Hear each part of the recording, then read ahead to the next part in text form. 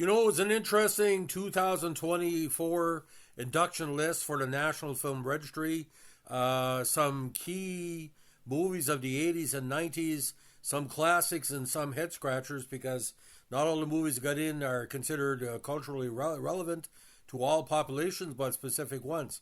So today we're going to go over the highlights, a story that appeared in Deadline earlier this week. And the headline goes, the National Film Registry, Dirty Dancing, Beverly Hills Cop, the first one, Star Trek II, The Wrath of Kahn, with Ricardo Montalban and William Shatner, and the Texas Chainsaw Massacre, the original, were among 25 movies added this year. Now, according to the write-up, the Library of Congress National Film Registry has unveiled their 25 movie titles for the year, a quarter of them being films in the 1980s. It recognizes those movies of cultural, historical, or aesthetic importance, which preserves the nation's film heritage. Now, Librarian of Congress Carla Hayden announced the 2024 selection this morning. The selections bring the number of feature films in the registry to 900. Some films are among the 2 million moving image collection items held at the Library of Congress, which means there will be extra effort to preserve them either digitally or in some case on film stock that's transferable to high def. Now, among the 1980 titles are such blockbusters as Dirty Dancing, Star Trek II, The Wrath of Kahn, and of course, Beverly Hills Cop, the R-rated action comedy. Now, ironically, in 1978, Up in Smoke came out, and it's made it as well. There was some rumor that it wasn't going to make it or would not be even considered, but it got in there. Now, Star Trek II is a sequel which has mushroomed the Gene Roddenberry TV series into a $2.2 billion grossing movie franchise. Now, Dirty Dancing, written and produced by Eleanor Bergstein, to this day remains one of Lionsgate's all-time best-selling library titles. The film launched 2 multi-platinum soundtrack albums, numerous number one hit singles, won an Academy Award for Best Original Song, and a Grammy Award for Best Pop Performance by a duo group with vocals. It also spawned a TV series, multiple competition reality show, a prequel film, a stage production with sold-out performances around the world, a made-for-TV musical adaptation, and counts a Lionsgate sequel film in development, an upcoming stage musical for Broadway. The Beverly Hills Cop movies, spanning 3 releases, counts $712 million at the global box office. The fourth title, Beverly Hills Cop XLF, recently became a Netflix streaming hit. The new selections date back nearly 130 years, include a diverse group of films, filmmakers, and Hollywood landmarks. The selection spawned from a silent film created to entice audiences at the dawn of cinema in 1895, the colorized and black and white Annabelle Serpentine Dance, which is about 1 to 2 minutes, to the newest selected film from 2010, the David Fincher directed, Aaron Sorkin scripted, 3-time Oscar-winning drama about origins of Facebook, the social network. That shouldn't have made it, but that's just not I wasn't given a vote. The public submitted nominations of more than 6,700 titles for consideration this year. Films reflect our nation's history and culture and must be preserved in our National Library for generations to come. We're honored by the responsibility to add 25 diverse new films to the National Film Registry each year as we work to preserve our cultural heritage, said Hayden. This is a collective effort in the film community to preserve our cinematic heritage, and we are grateful to our partners, including the National Film Preservation Board. Now, there are certain movies that should have got in before, but I shockingly didn't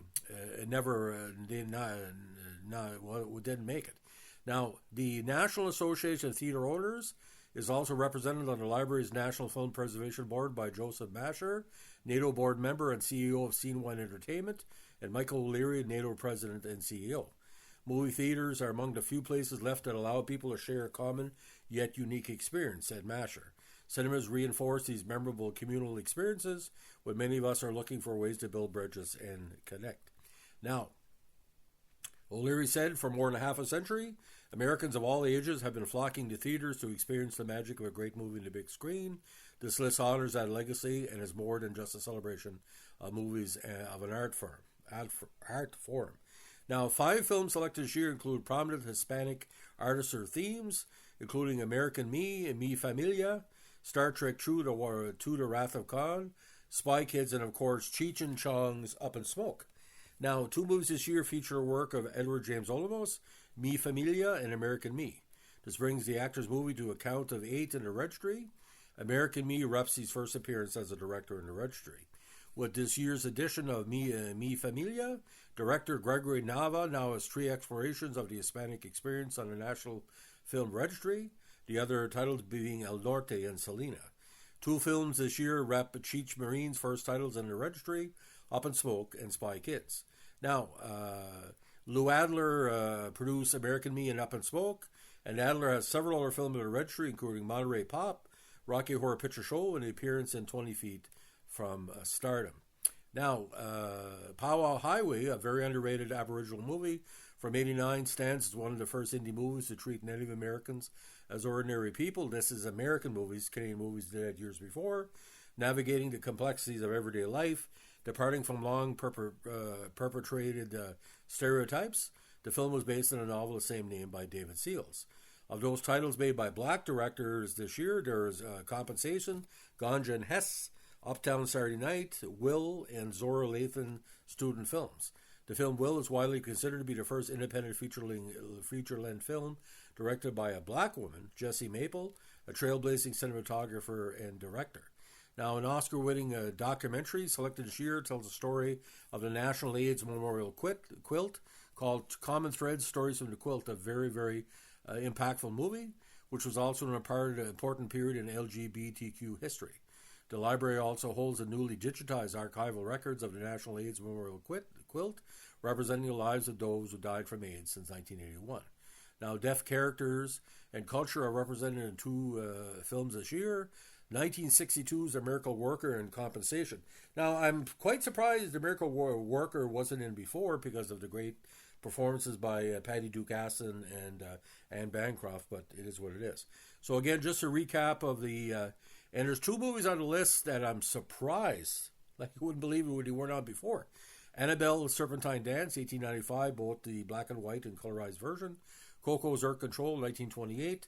James Cagney's Angels with Dirty Faces, not on before, but here it makes it.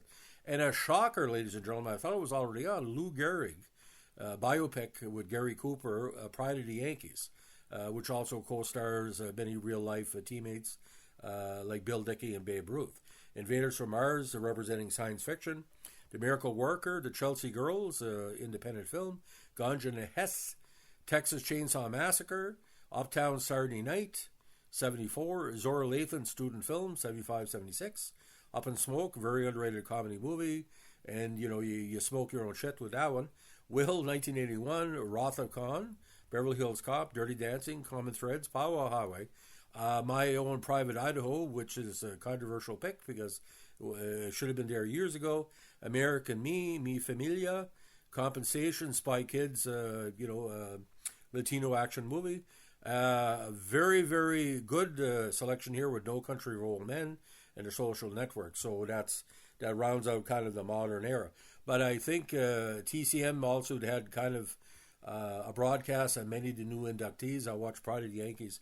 One of the first movies I ever watched. I think it was 4 or 5 years old. And it's a piece of cheese, ladies and gentlemen, and it's kind of redoes the Lou Gehrig legend. But for what it was, during wartime, it was one of the important World War II movies to rally the troops. And Gary Cooper, of course, Sergeant York before. Gary Cooper, only Gary Cooper could act like Gary Cooper. But I'm very interested that Up in Smoke made it because when I saw it in 1978, it was completely full.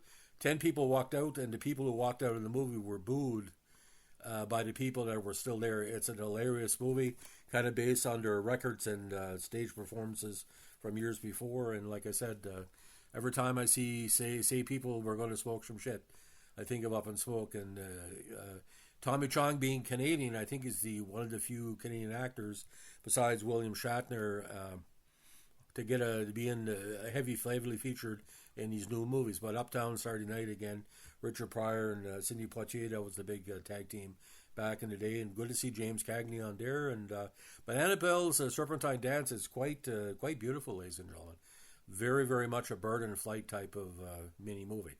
It's quite good. And of course, Chelsea Girls has been a cult hit for years, so it covered all pretty well the bases.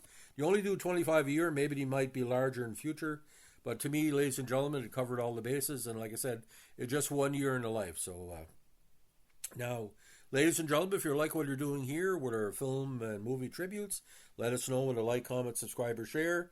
And the idea about music and different events like this, ladies and gentlemen, it's all eye to the beholder. And you might say, why is Up in Smoke being, being preserved?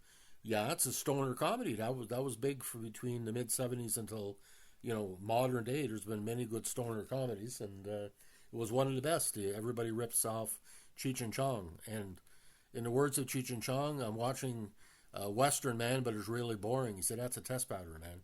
That sums up movies for me anyway. So, ladies and gentlemen, if you like what you're doing here, again, all requests are always accepted too. We're a request channel. If you have a request to see a movie, TV, music, sports, review, we don't do much politics because the Antichrist won South, and we got Margaret's son, on a CN train, a runaway train, say, that's a movie. Justin Trudeau with John Voight, Runaway Train 2, going towards a crash. Anyway, so ladies and gentlemen, again, have a good evening. Merry Christmas. As a Jew, we like to say Happy Hanukkah. And as a Jew, we like to say, wait for the sales before you buy it. Wait for the sales. Wait for after Hanukkah, after Christmas. Save yourself some dollars. Have a good one. Bye.